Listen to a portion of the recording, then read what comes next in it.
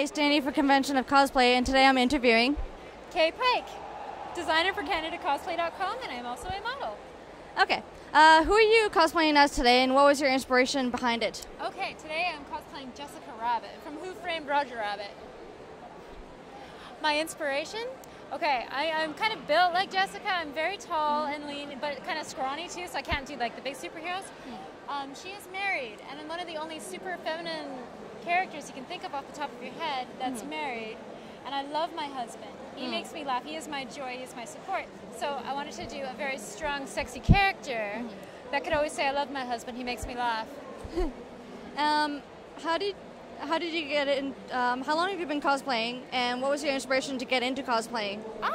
Well, like a lot of girls, I've been dressing up since I was like yay tall, paper bag princess style. Yeah, let's dress up. I have wings now. I have ears now. I started making myself casual cosplay things like my hats and hoodies, just to wear around and be, before this was really popular, when I was 12, 13, 14, people started buying them off of me in the mall. We got ourselves a booth at a Calgary convention, and I realized it could be a major source of income if I sell my products. And then I fell ass backwards into modeling, as people were like, "Hey, you should dress up, it will help you socialize more," for I am awkward, so I'm standing this close. But if I'm in costume, I can be like, "Hey buddy, let's get a photo together," yeah. So I started dressing up, and then I'm like, okay, I might start dressing up as characters instead of a generic bunny girl.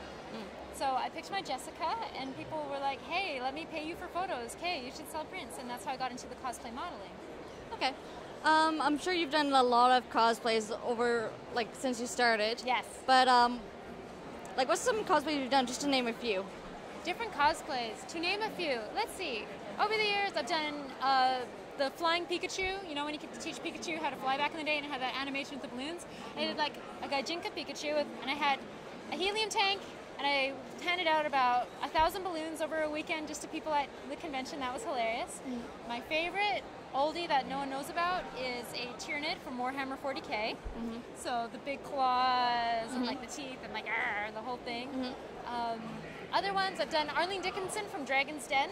We auditioned for Dragon's Den, but we didn't have any drama, so they were like, "Okay, well, you guys have your heads on straight." So that was fun. I got to dress up, and my husband dressed up as Kevin. That was fun. I could go on for hours. I apologize. Yeah. Oh, yes. What was your most favorite and most challenging?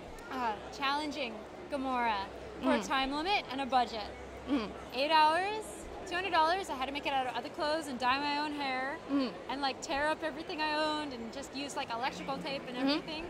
I wanted to wear her to the advanced screening of Guardians of the Galaxy. I won tickets for that. So that was the most challenging, was to have a set goal and do it. And she would fall into the favorite because of the experience, I guess. Wonder Woman was challenging as well, as I had to do metal work for the first time ever. Oh, wow. And yeah, that's not something I'll ever do again, let's put it that way. But I learned about automotive vinyl wrap, which is how I will do metal looking things from now on.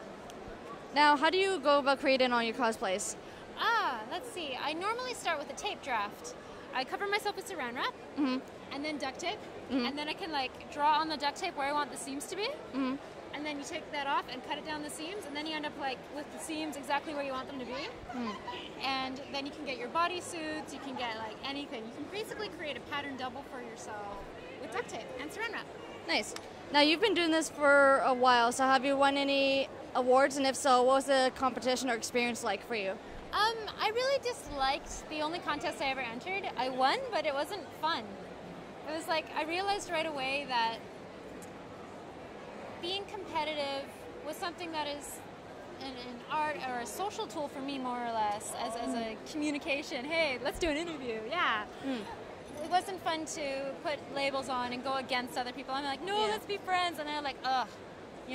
That girl, she won, whatever. And I'm like, no. So I've refused since the first contest that I've entered to enter any. Now, have you ever judged a contest? I've been asked to judge contests, as I have my own fashion line and all of this. They're like, "Hey, you're overqualified, you should do this." I have not yet so far. At C4 Winnipeg is when I'm scheduled to do my first one. But again, with judging, it's going to be really hard for me personally, because I'm going to be like, you're lovely too, and that's my world. Now, since you said you're going to be judging, this is just a question I just added in. Any advice for anyone like if you're going to be who are going to be entering a competition or anything? I would just say be honest and be confident, and with that you can do anything. Be patient, because some conventions run their contests a little differently, etc. And never treat it as a negative experience. Have fun, and have fun with the people that you're with. I mean this. Yes. Now I'm going to ask your opinions on some things. Sure. The cosplay community is growing bigger every day, but there's still like some issues and negativity and stuff. So to you, what does cosplay mean? Cosplay is in definition, costume play. Play is the emphasis. Play is the have fun. Play is the get out, be confident. Go out there. To me, play, be social, interact, enjoy your life, live while you're young or dress up while you're old. It doesn't matter. Just enjoy. We're at a point in our history right now where adults can act like kids. We can go out and we can connect with different fandoms. Just do it. Now, so overall, what would you say you like most about cosplaying, and what's the like downside to it? What I like most is the ability to be able to talk to people. Yay. As you know, for others, a sense of community and socialization, getting to know one another, making new friends. What I dislike about it is the logistics. Working Canada Cosplay, I have to haul all of my business around, haul all of my prints around, and then fit 4 costumes into a bag, preserve them, have them not fall apart.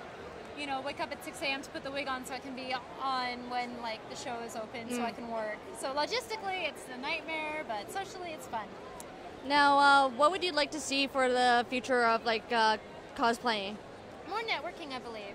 I would like there to be more availability for people to talk to each other about this hobby.